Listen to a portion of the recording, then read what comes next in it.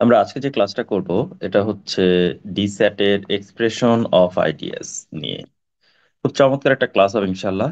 কারণ আমরা একদম বেসিক আলোচনা করব অবশ্যই। যারা খুব বেশি বেসিক নিয়ে কাজ করে না তাদের জন্য আমার মনে হয় এই ক্লাসটা একটু ইফেক্টিভ হবে। ওকে, সো আমাদের এক্সপ্রেশন অফ আইডিয়াস এর আজকের যে টপিক এটা হচ্ছে ট্রানজিশন। ট্রানজিশন নিয়ে আমরা এর আগের ক্লাসে 1 থেকে 5 সলভ করেছি। আজকে আমরা 6 to 15 সলভ করব। নেক্সট ক্লাসে আমরা 16 to maybe 25 or 30 or 33 complete করে দিব। তাহলে হচ্ছে আমাদের ট্রানজিশনের যতগুলো প্রশ্ন আছে আহ, মোটামুটি আমাদের কমপ্লিট হয়ে যাবে। এরপরে বেসিক নিয়ে একটু কাজ করব, এরিকার বইটা নিয়ে একটু কাজ করব। আমি ওগুলোরও ইনশাল্লাহ ক্লাস দিয়ে দিব। দেন হচ্ছে টেস্ট দিলে ট্রানজিশনের দেখবো যে আস্তে আস্তে ইমপ্রুভমেন্ট চলে আসছে। So, আমাদের প্রশ্নটা প্রথম যে প্রশ্নটা এটাতে বলা হয়েছে আলেকজান্ডার লরেন্স নিয়ে। শুরুতে বলছে ভ্যারিড হিজ ফোকাস। খেয়াল করছি ভার্বটা, varied his focus and tone depending on the genre in which he was writing. একটু খেয়াল করে দেখি, প্রথম সেন্টেন্সের মেইন যে ভার্বটা সেটা হচ্ছে ভ্যারিড। পরের সেন্টেন্সটা শুরু হয়েছে ইন দিয়ে। যখন কোনো সেন্টেন্স যখন কোনো সেন্টেন্স প্রিপজিশন দিয়ে শুরু হয়, মনে রাখতে হবে সেটা হচ্ছে আগের সেন্টেন্সের এক্সপ্লেনেশন, মানে আগের সেন্টেন্সটাকে আলোচনা করা হচ্ছে। সো ইউ হ্যাভ, খেয়াল করে দেখি একটা সেমিকোলন আবার ইন, এখানে ইন হিজ, এখানেও কিন্তু ইন হিজ, খেয়াল করছি। আমি একটু কালারটা চেঞ্জ করে দেখাই দিই, দেখতে ইজি লাগবে। This one and this one. What is the function of semicolon? সেমিকোলনের কাজ হচ্ছে আলাদা করা দুইটা আইডিয়াকে আলাদা করা। সো রিমেম্বার, এখানে বলে দিছিল না varied. So this is idea number one.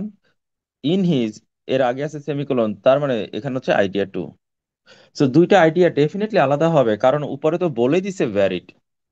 তাহলে এই জায়গায় কোন লিঙ্কারটা বসবে? অবশ্যই আমাকে এমন একটা লিঙ্কার বসাতে হবে, এমন একটা লিঙ্কার বসাতে হবে যে লিঙ্কারটা কন্ট্রাস্ট তৈরি করে। দ্যাট ইজ এর কাজ হচ্ছে এক্সপ্লেন করা। গ্রান্টেড মিন্স হচ্ছে কোনো কিছু অ্যাডমিট করে নেয়া। আর মানে আমরা বলি না যে আহ, ছেলেটা ভালো কিন্তু পড়ালেখা করে না, এরকম বলি না, সেই অর্থে আমরা আসলে গ্রান্টেড শব্দটা ইউজ করি। আমরা সামনে এই টপিকটা পড়বো। দেন হচ্ছে সিমিলারলি এটাও আমাদের কন্ট্রাস্ট বোঝায় না। সো আমাদের আনসার হচ্ছে ডি, বাই কন্ট্রাস্ট। এবার আসি আমাদের পরের প্রশ্নে আমাদেরকে যেটা দেয়া হয়েছে সেখানে একজন পোয়েটকে নিয়ে বলা হয়েছে। যে পোয়েটের নাম বলছে, যাই হোক আমি নাম পড়তেছি না কারণ নামটা পড়ে আমার লাভ নাই। পোয়েম, পোয়েমের কথা বলে দিছে। নাম এখানে ক্লিয়ারলি বলা, এই নাম পড়ে সময় নষ্ট করা যাবে না। সোজা কথা, এই পোয়েমে কোন জিনিসটা এক্সপ্লোর হয়েছে? Post colonial Ugandan life through the eyes of women living in a rural village.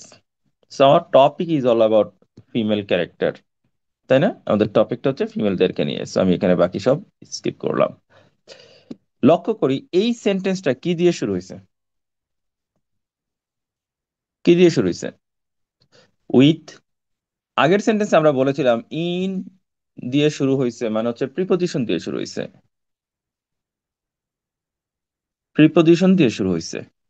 এই কোশ্চেনও আমরা দেখতেছি উইথ দিয়ে শুরু হয়েছে, তার মানে প্রিপজিশন দিয়ে শুরু হয়েছে। আর আমরা বলেছি যে প্রিপজিশন দিয়ে যদি কোনো সেন্টেন্স শুরু হয় তার মানে হচ্ছে আগের সেন্টেন্সের আলোচনা। So with its vibrant imagery, তাই না? তার মানে কি এই পোয়েমের আলোচনা এই সেন্টেন্সে হয়েছে। তারপরে এখানে ওই পোয়েমে কি কি প্রপার্টিজ ছিল সেই প্রপার্টিজ গুলো লিখছে। এই প্রপার্টিজ গুলো পড়ে আলটিমেটলি আমার লাভ নাই। আমি একটু লক্ষ্য করি কমা কমা এবং এন্ড, এর মানে হচ্ছে properties number one, properties number two, properties number 3, অর্থাৎ পোয়েমটার কি কি ক্যারেক্টারিস্টিক ছিল সেগুলো বলছে। মেইন কাহিনীটা হচ্ছে যে the poem inspired a generation of first African, east African রাইটারদেরকে। তার মানে এই পোয়েমটা একটা পার্টিকুলার শ্রেণীকে ইন্সপায়ার করছিল। এবার এই যে পরের সেন্টেন্স, আমাকে দেখতে হবে পরের সেন্টেন্সে এই ইন্সপায়ার হওয়ার কোনো ভোক্যাব আছে কিনা। আমাকে জাস্ট ওই জিনিসটা ফাইন্ড আউট করতে হবে। আমাকে জাস্ট ওই জিনিসটা ফাইন্ড আউট করতে হবে, এই জিনিসটার সেম কোনো কিছু আছে কিনা। এই যে লেখা আছে দোজ, এই যে লেখা আছে writers, definitely this is previous reference, this is previous reference. Who adopted, এই যে ওয়ার্ডটা, আমি কোনো কিছু দিয়ে যদি ইন্সপায়ার হই আমি তো সেটাকে অ্যাডপ্ট করবো, এটাই স্বাভাবিক না? তাহলে আমার কি এখানে কন্ট্রাস্ট হওয়ার কোনো সুযোগ আছে?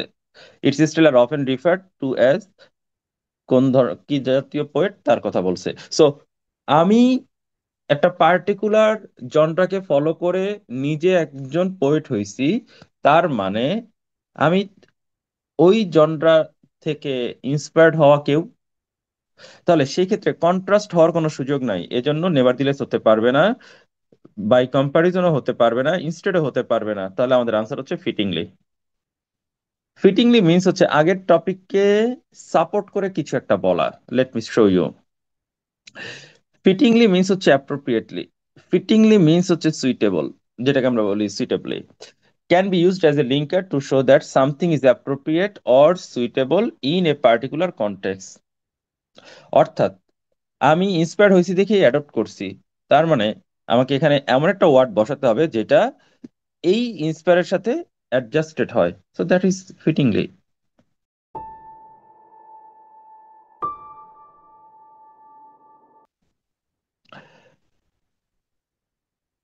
আমাদের পরের যে প্রশ্ন, পরের প্রশ্নে বলা হয়েছে বিফোর দ্য 1847, কি আছে? Introduction of the US postage stamp, the cost of postage was usually paid by the recipient of a letter rather than the sender। তার মানে টাকাটা রিসিপিয়েন্ট দিত, সেন্ডার দিত না।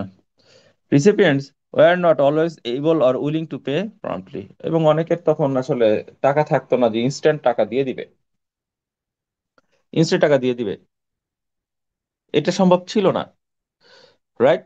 তো বলেই দিছে এখানে একটা চমৎকার কথা বলছে, লক্ষ্য, একটু একটু দেখি, একটু দেখি যে তখন মানুষ চাইলেও প্রম্পটলি মানে র্যাপিডলি টাকাটা দিতে পারতো না অনেকেই, অনেকে দেওয়ার ইচ্ছাও করতো না, অনেকের সামর্থ্য থাকতো না।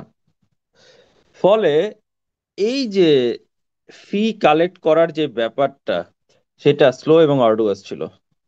এই ফি কালেক্ট করার ব্যাপারটা স্লো এবং আর্ডুয়াস ছিল। তাহলে এইখানে এমন একটা ওয়ার্ড বসাতে হবে যেটা এই সেন্টেন্সটার রেজাল্ট, এই সেন্টেন্সটার রেজাল্ট, তাই না? ওই ধরনের ওয়ার্ডটা কে আছে? Definitely consequently, definitely consequently. So your answer should be consequently. আমাদের পরের যে প্রশ্নটা, এই প্রশ্নে বলা হয়েছে a potter choosing which type of clay to use for a piece consider two key factors. So একজন পটার কোন ধরনের ক্লে সে ইউজ করবে, সে দুইটা বিষয়ের উপর নজর রেখে চুজ করত। এবার এই দুইটা বিষয় এখানে খেয়াল করি, এই যে কোলন, কোলনের মধ্যে বলা আছে this is factor 1 and this is factor 2, so we have factor 1 and factor 2, দুইটা ফ্যাক্টর, তাই না? এখন আমি একটা মজার ঘটনা বলি, আমি যদি বলি যে আমার কাছে আমার কাছে অনেকগুলা বই আছে, পরের সেন্টেন্সে আমি কি খাবার দাবার নিয়ে আলোচনা করব, নাকি বইগুলোর নাম বলা শুরু করব? ডেফিনেটলি আমি বলবো যে আমার কাছে হুমায়ুন আহমেদের জ্যোৎস্না ও জননীর গল্প আছে। আমি ডেফিনেটলি বলবো যে আমার কাছে সমরেশের বই আছে। আমি ডেফিনেটলি বলবো রফুল আলমের বই আছে, আমার কাছে এই বইটা ভালো লাগে, ওই বইটা, এইরকম কিছু একটা কথা বলবো। তো যখন আমি উপরে বললাম টু কি ফ্যাক্টরস, যখন আমি উপরে বললাম টু কি ফ্যাক্টরস, তখন পরের সেন্টেন্স আমি ফ্যাক্টর গুলাকেই আলোচনা করার ট্রাই করব। That's it. সো এবার ওই আলোচনাটা করার জন্য আমি কি কনক্লুশন ইউজ করব, রিগার্ডলেস ইউজ করব, ইন আদার ওয়ার্ডস ইউজ করব না, আমি definitely example, for example use করব। গট ইট?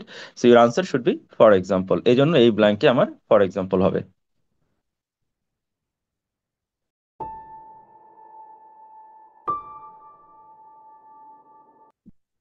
এবার আমরা চলে যাব আমাদের ঠিক পরের প্রশ্নে।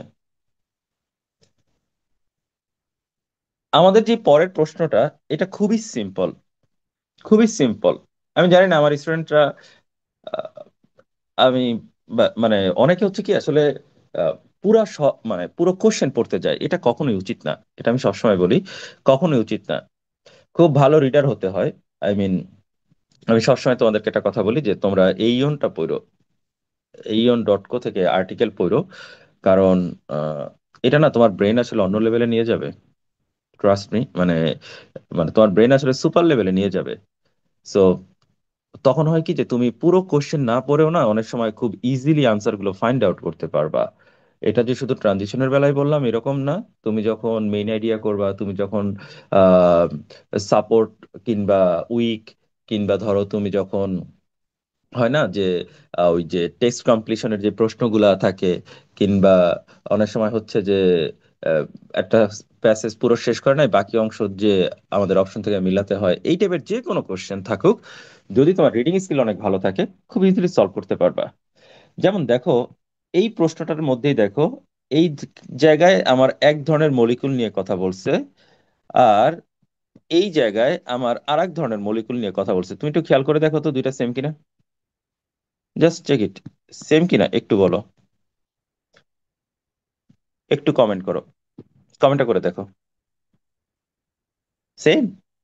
না, ডেফিনেটলি না। এবং এখানে একটা শব্দ ইউজ করা হয়েছে, কম্পেয়ার টু, কম্পেয়ার টু, খেয়াল করে দেখি, রাদার দেন, খেয়াল করছি, rather than. So definitely they both will not be the same. Rather, তাদের মধ্যে একটা কন্ট্রাস্ট থাকবে, তাদের মধ্যে একটা কন্ট্রাস্ট থাকবে। So without reading the whole question, your answer should be by contrast. That's it.